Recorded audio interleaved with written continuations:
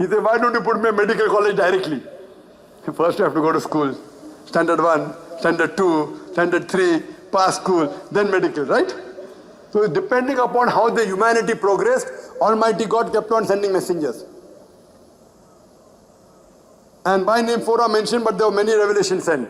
Torah, Zabur, Injil by name is mentioned.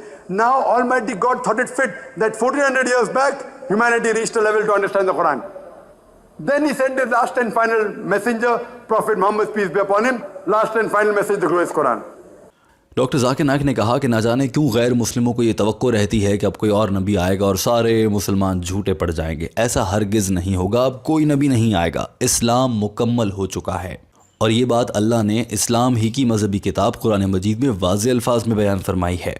اس سے پہلے جو مذہبی کتابیں نازل ہو رہی تھیں، توریت، زبور، انجیل، یہاں تک کسی بھی مذہبی کتاب میں اللہ نے یہ نہیں کہا کہ دین مکمل ہو چکا، مگر قرآن پاک میں یہ کہا گیا ہے کہ دین مکمل ہوا.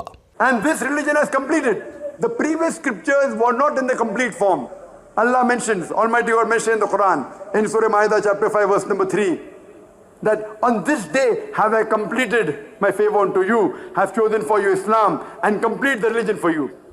سورہ مائدہ چیپٹر نمبر 5 آیت نمبر 3 کا ترجمہ ہے، اور میں نے آج تم پر تمہارا دین مکمل کر دیا. میں نے تمہارے لیے دین اسلام منتخب کیا اور دین مکمل ہوا. ڈاکٹر ذاکر نائک نے کہا کہ اس آیت اور اس کے ترجمے کو سمجھنے کے بعد دین اسلام میں کچھ بھی نیا شامل کرنے اور کچھ بھی نکالنے کی کوئی گنجائش نہیں رہتی. ڈاکٹر ذاکر نائک نے یہ بھی کہا کہ آج کل کے دور میں اگر کوئی کہے کہ اسے اللہ کی جانب سے وحی نازل ہو رہی ہے اور وہ آخری پیغمبر ہے یا وہ ایک اور نبی ہے، تو اس کو ماہر نفسیات کے پاس لے جا کر اس کے ذہن کا علاج کروانا چاہیے. If anyone today says that he gets revelation from Almighty God, anyone who says he's a prophet of God, he has to go to a psychiatrist. Today, there are hundreds of people claiming to be God, people claiming to be prophets of God. They require psychiatrist. Doctor Zakir Naik نے کہا کہ آج بہت سے لوگ دعویٰ کرتے ہیں کہ وہ خدا ہیں، کوئی دعویٰ کرتا ہے کہ وہ خدا کی جانب سے بھیجے گئے پیغمبر ہیں. یہ سب ذہنی مریض ہیں، ان کو ماہر نفسیات کے پاس لے جانا چاہیے. No other revelation will come. After this, no other prophet will come. Doctor Zakir Naik بظاہر اپنی بات مکمل کر چکے تھے، مگر دوسرا سوال جو انتہائی اہم تھا کہ ایک انسان اگر اللہ کو دیکھنا چاہے تو وہ اللہ کو کیسے دیکھ سکتا ہے. ڈاکٹر ذاکر نائک کے اس انگریزی بیان میں اس سوال کا جواب موجود نہیں ہے، لیکن ڈاکٹر ذاکر نائک کی جانب سے یہ جواب یقیناً دیا گیا ہوگا. کچھ وجوہات کے بنا پر اسے سوشل میڈیا پر جاری نہیں کیا گیا. لیکن دوستو، ٹیم ہم قدم اس ویڈیو کے آخر میں آپ کو بتانا چاہتی ہے کہ ہندوؤں اور غیر مسلموں کی جانب سے اسلام کو غلط یا پھر جھوٹا مذہب نعوذ باللہ ثابت کرنے کے لیے ایسے سوالات کیے جاتے ہیں کہ اللہ کو کیسے دیکھ سکتے ہیں، کیا اللہ کا ہاتھ ہوتا ہے، اور اسی طرح کے دیگر باتیں عام طور پر سامنے رکھی جاتی ہیں تاکہ دین اسلام کو برا بھلا کہا جا سکے. یا پھر ڈاکٹر ذاکر نائک سے جب پورے اجتماع کے سامنے، اتنے بڑے اسٹیج کے سامنے ایسا ٹرکی یعنی کہ مشکل سوال کیا جائے گا جو الفاظ میں تو مشکل ہو مگر وہ صرف تنگ کرنے کے لیے کیا گیا ہو، تو ڈاکٹر ذاکر نائک پھنس جائیں گے اور وہ صحیح سے جواب نہیں دے پائیں گے. لہٰذا عام طور پر ایسے سوالات اس لیے کیے جاتے ہیں، ورنہ یہ بات تو سوال پوچھنے والے ہندو کو اچھے سے معلوم ہوگی کہ خدا کو کیسے دیکھا جاتا ہے. جیسے ہندو مذہب میں خدا کو پہلے بنایا جاتا ہے، اس کا بت تیار کیا جاتا ہے، پھر اس کی پوجا کی جاتی ہے، اس طرح سے دیکھا جاتا ہے. کم سے کم مسلمانوں کے ہاں خدا کو دیکھنے کا یہ طریقہ نہیں ہے.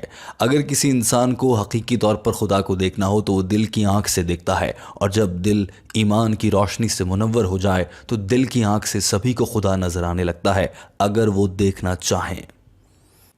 دوستو، ٹیم ہم قدم اس ویڈیو کے آخر میں آپ سے جاننا چاہتی ہے کہ آپ کی اس معاملے پر کیا رائے ہے. ویڈیو دیکھنے کا بہت شکریہ. اپنا بہت سارا خیال رکھیے. اللہ حافظ.